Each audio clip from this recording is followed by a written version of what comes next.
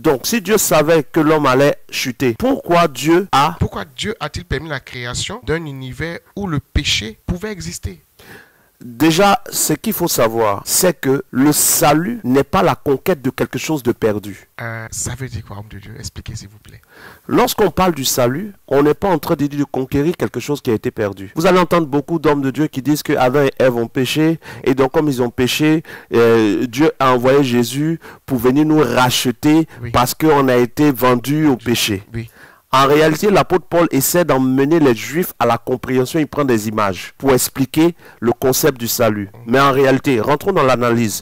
Puisque Dieu n'est pas religieux, on est d'accord. Oui. Dès l'instant que Dieu n'est pas religieux et que, selon le livre de Job, l'esprit de Dieu en nous est l'intelligence. Évidemment. Donc, nous avons reçu de Dieu l'intelligence. Lorsque dans Josué chapitre 1, il est dit de méditer la parole jour et nuit, le mot utilisé là-bas pour méditer, c'est réfléchir. Donc Dieu aime quand on réfléchisse. Il y a plus de mots réfléchir dans le Nouveau Testament que le mot révélation. Beaucoup de gens prennent plus de temps pour chercher une révélation quand il faut juste réfléchir.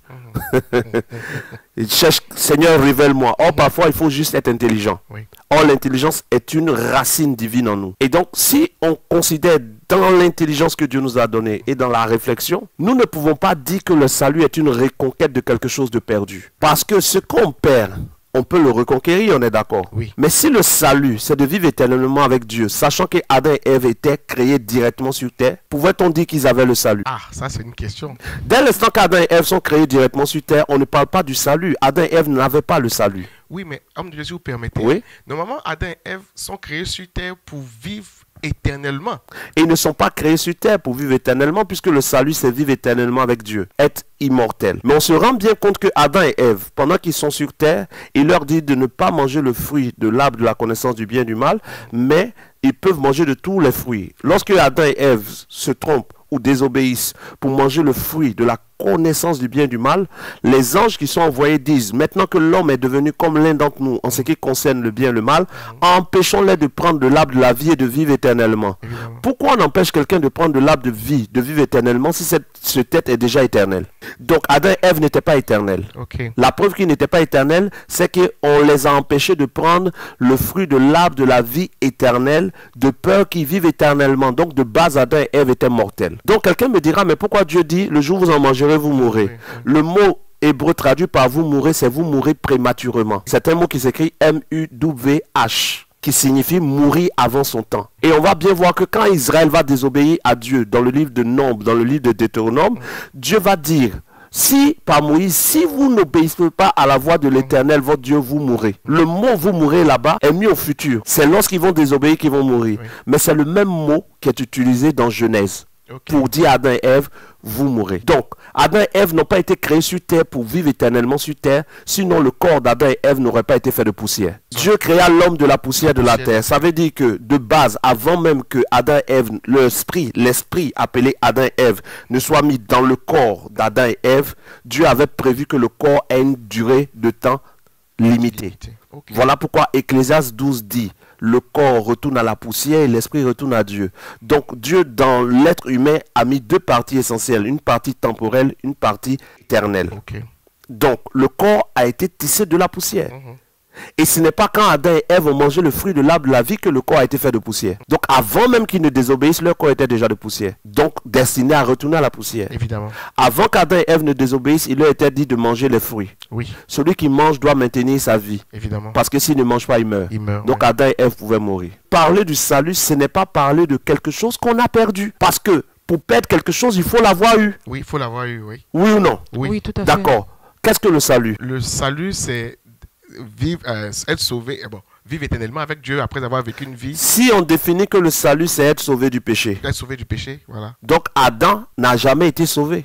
Ouais. Puisque Adam a été créé sans péché. Sans péché, Or, celui qui est sans péché n'a pas besoin d'être sauvé. évidemment.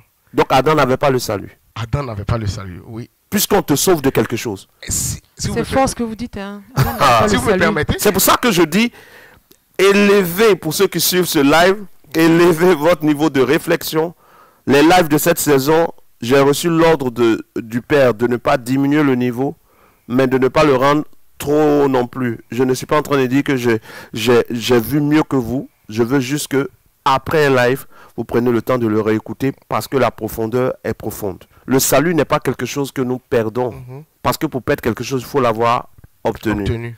Et donc, le salut est quelque chose vers lequel nous courons. Voilà pourquoi l'apôtre Paul dit, je cours vers le but. Donc, on est tous en train de courir pour obtenir ce qu'on appelle la vie éternelle.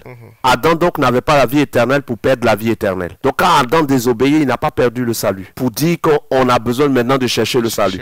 Si Adam avait perdu le salut, c'était son propre salut qu'il aurait perdu parce que le salut est personnel. Est-ce que dans la foi chrétienne, on ne dit pas que le salut est personnel? Tout à fait. Si on dit. Si le salut est personnel, pourquoi le péché est collectif? J'ai pas compris la question.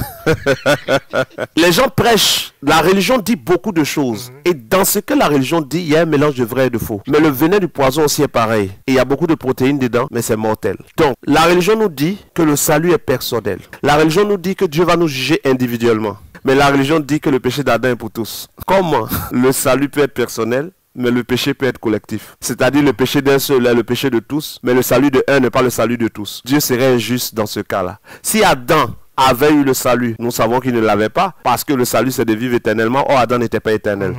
Alors si Adam avait eu le salut, qu'il avait perdu, il aurait perdu son salut puisque le salut est personnel. Mais il n'aurait pas perdu le salut de ses descendants puisque le salut est personnel et le libre arbitre est personnel. Je mets devant toi le bien et le mal, la vie et la mort. C'est pas je mets devant toi et tes enfants. Si moi je choisissais pas d'obéir à Dieu, ça n'implique pas mes enfants parce qu'ils ont aussi le libre arbitre. C'est dans ce sens que le sacrificateur Élie avait des enfants qui jouaient dans le temple. Bien que leur père était sacrificateur, ils ont été maudits et ils sont morts. Si le mal est héréditaire, le bien devait l'être aussi. On appelle ça l'équilibre du bien et du mal. Donc, si le bien n'est pas héréditaire, au point où un père consacré peut avoir des fils non consacrés et mourir maudit, alors le mal n'est non plus héréditaire. Et c'est ce que Ézéchiel du Sud dit. Si le méchant pêche, c'est l'âme qui pêche qui mourra. Le père ne payera pas pour la faute du fils et le fils ne payera pas pour la faute du père. Donc quand Ézéchiel le dit, les religieux cherchent à tordre le sens pour dire Exode chapitre, Exode chapitre 20, je pense là où Dieu dit que je fais retomber le péché, la faute des pères sur les fils. Mais quand Dieu dit qu'il fait retomber la faute des pères sur les fils, il ne dit pas le péché des pères sur les fils. Quelle est la nuance? La nuance, c'est que si moi je décide de ne pas obéir à Dieu et que je me révolte contre lui et que Dieu me maudit ou me frappe au point où je suis pauvre, mon fils qui naît dans la pauvreté.